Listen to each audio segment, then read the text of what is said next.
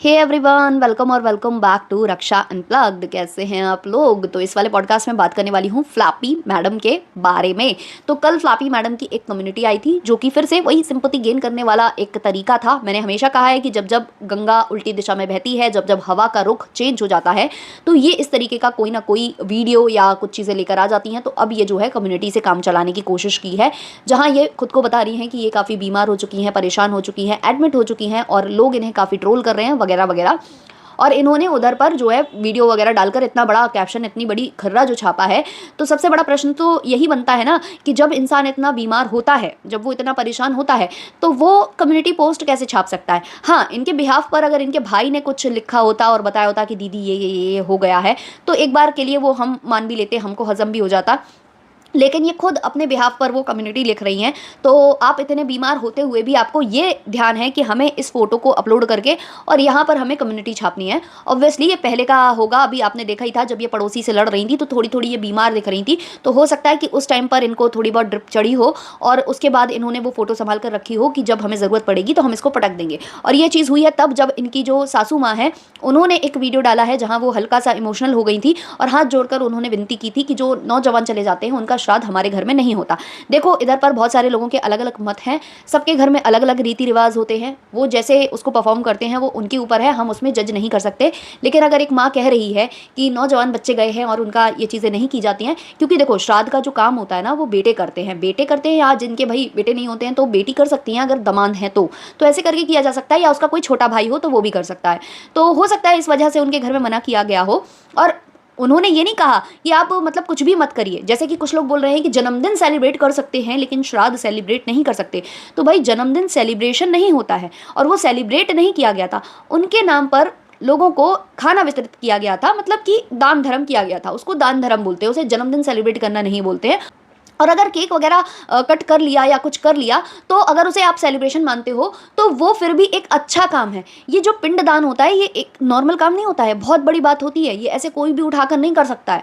तो उसके लिए अगर उन्होंने बोल दिया तो उस चीज़ को आपको मान लेना चाहिए था। और उन्होंने ये नहीं कहा कि आप कुछ भी नहीं कर सकते, उन्होंने कहा कन्या वगैरह कर सकते हैं या कुछ ऐसे वैसा वाला दान धर्म करना है तो कर सकते हैं, लेकिन श्राद्ध नहीं मना सकते, ये चीज़ उन्होंने बोली है। ऐसा कोई उन्होंने ऐसा कुछ नहीं बोल दिया है कि वहाँ पर आइंस्टीन का कोई सिद्धांत लगाना है या आप अपने पतियों को याद नहीं कर सकते। तो ऐसा तो कुछ उन्होंने नहीं बोला है।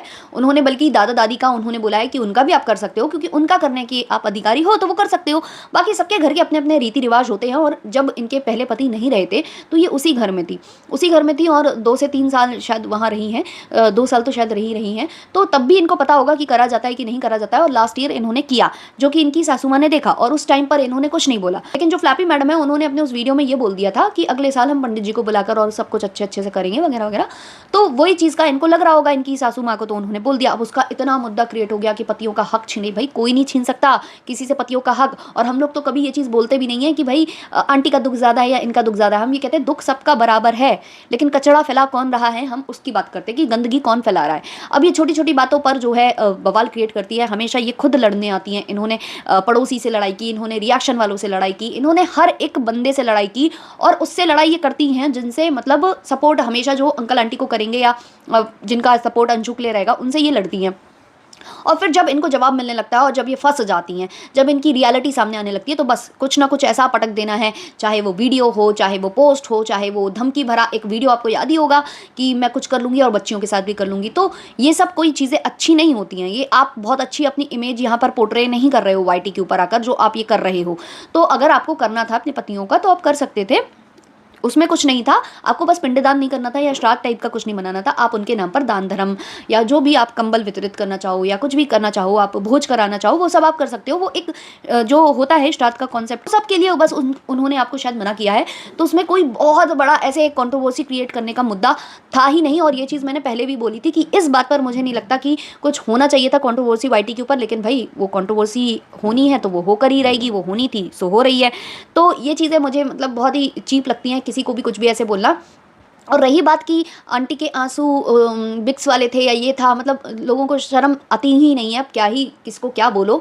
बहुत कुछ तो हम लोगों को भी बोल दिया जाता है जो हम सपोर्ट कर रहे होते हैं, न जाने क्या क्या बोल दिया जाता है, मतलब कैरेक्टर तक पर उंगलियां लोग उठाने लग जाते हैं, गंद से गंद में उतरते हैं। और अगर यही गंद से गंद में हम उतरने लगेंगे तो हम बुरे हो जाएंगे। हम जो कि अपने शब्दों को बहुत ही अच्छे से चयन करते हुए हमेशा स्पष्ट शब्दों में पॉइंट टू पॉइंट बात करने की कोशिश करते हैं, उनके कैरेक्टर पर लोग जाते हैं। और हम लोग जब कुछ नहीं बोल रहे हैं तब हम लोग को इतना बोला जा रहा है। और सोचिए अगर हम लोग जवाब देने पर उतर आ गए, क्योंकि ऐसा नहीं है कि लैंग्वेज किसी की और की गंदी नहीं हो सकती है, या मतलब फोटोज कोई और नहीं लगा सकता है, या कोई गंद कोई और नहीं कर सकता है, या गंद बकना कोई और नहीं सीख सकता है या बोल नहीं सकता है। सब कर सकते हैं, लेकिन सब अपने दायरे में रहकर करते हैं। और अगर किसी के माँ बाप हैं, क्योंकि लोग हमेशा बोलते हैं ना कि पति हो तो जाने या ससुराल हो तो जाने, तो भाई अगर माँ बाप हैं तो कम से कम जानो कि आपके घर में भी किसी की मृत्यु हो जाए या कुछ ऐसा हो जाए, मतलब जो नहीं होना चाहिए वो हो जाए, तो क्या आपकी माँ मतलब विक्स के आंसू रोएंगी? विक्स के आंसू रोएंगी? तो शर्म करो। मुझे लगता है सबसे पहला रिश्ता है माँ बाप से बनता है और उसके बाद पति से बनता है। तो अगर माँ बाप के इमोशंस को कोई नहीं समझ पा रहा है या चीज़ें नहीं कर पा रहा है तो वो कुछ नहीं समझ सकता। और कोई बहुत बड़ी उन्होंने ऐसी बातें नहीं कही थी, उन्होंने नॉर्मली कहा था कि दूसरी चीज़ें आप कर सकते हो, दान धर्म, वो कन्या वगैरह के लिए शायद उन्होंने बोला है कि और चीज़ें कर सकते हैं। तो वो बहुत बड़ा कोई ऐसा कॉन्ट्रोवर्शियल टॉपिक नहीं था, लेकिन हर चीज़ में कॉन्ट्रोवर्सी निकाल कर और सिंपैथी गेन करने का और हवा के रुख को चेंज करने का तरीका बखूबी हमारी जो फ्लापी मैडम है वो जानती हैं। तो उन्होंने वही चीज़ की है और अभी इसके आगे भी और भी कुछ होगा, चिंता मत करिए। अभी तो महीने की शुरुआत है, तो ये सब तो होते ही रहना है, इसमें आप उनको कोई रोक टोक नहीं सकते। रही बात बच्चियों की, तो जब आप खुद ही कह रहे हो कि बच्चियां तो जानती भी नहीं है कि मतलब एक बच्ची है जो पापा का मतलब नहीं जानती है और दूसरी बच्ची है जो सेकंड वाले जो उनके फादर हैं उनको ही वो बोलती है पापा, तो भाई मुझे तो लगता है कि ऐसे में बच्चियों को कुछ ऐसी बातें ना पता चले या ऐसी बातें ना हो उनके सामने तो और ही अच्छा है। आप चुपचाप से दान धर्म कर दो। और आप जब ये सब करते और फोटो लगाते या जो आप करते भी हो माला वगैरह, तो उसमें तो और बच्चियां प्रश्न करती होंगी। तो अगर मतलब उनकी दादी ने कुछ कह दिया है तो आपसे ये नहीं कहा है कि तुम्हारे वो पति नहीं है या तुम्हारा हक मैं छीनती हूँ, ऐसा कुछ नहीं कहा। उन्होंने ये कहा कि नौजवान बच्चे थे, नौजवानी में गए हैं, तो ऐसी चीज़ें हमारे यहाँ नहीं होती हैं। उनके जो भी होंगे बड़े, उन्होंने उनको सजेस्ट किया होगा तो उन्होंने बता दिया कि नहीं किया जाता है। बच्चियाँ बड़ी हो जाएं तो वो करना चाहें तो वो कर सकती हैं, और अगर आप करना चाहो तो दूसरी तरीके से उसको किया जा सकता है। उन्होंने तरीका भी बताया। और अगर आपको करना ही करना है कि आपको करना ही करना है तो आप कर सकते हो। दादा दादी का उन्होंने तिथि भी बता दी थी। कोई ऐसा वो चीज़ नहीं थी जिसको इतना हवा, इतना मतलब उसका मुद्दा क्रिएट किया जाए, लेकिन मैडम ने किया है क्रिएट। और इसके आगे मैडम अभी और क्या क्या करती हैं वो हम देखते हैं। और रही बात जो बोला जाता है कि पड़ोसी या जो भी रिएक्शन वाले हैं वो इस मुद्दे में बीच में बोलते हैं, वो क्या अधिकारी हैं, तो भाई अधिकार आप क्यों दे रहे हो उनको? क्यों वाईटी पर सब चीज़ें अपलोड कर करके अधिकार दे रहे हो?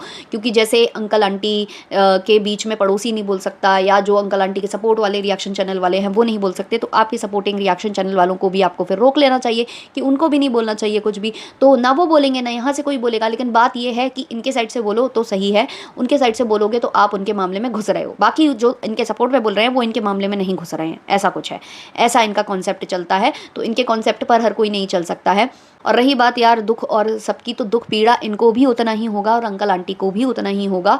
लेकिन अंकल आंटी चीज़ें नहीं ला कर रख रहे वाईटी के ऊपर, वाईटी पर वो गंदगी नहीं फैला रहे हैं। गंदगी किस साइड से शुरू होती है और कहाँ जाकर वो अंत होती है ना, आपको पता ही है। क्योंकि शुरू होती है बहुत ही ज़्यादा एटीट्यूड, ईगो और गंदी लैंग्वेज के साथ, और ख़त्म होती है सिंपैथी पर, जो कि देख रहे हो आप लोग।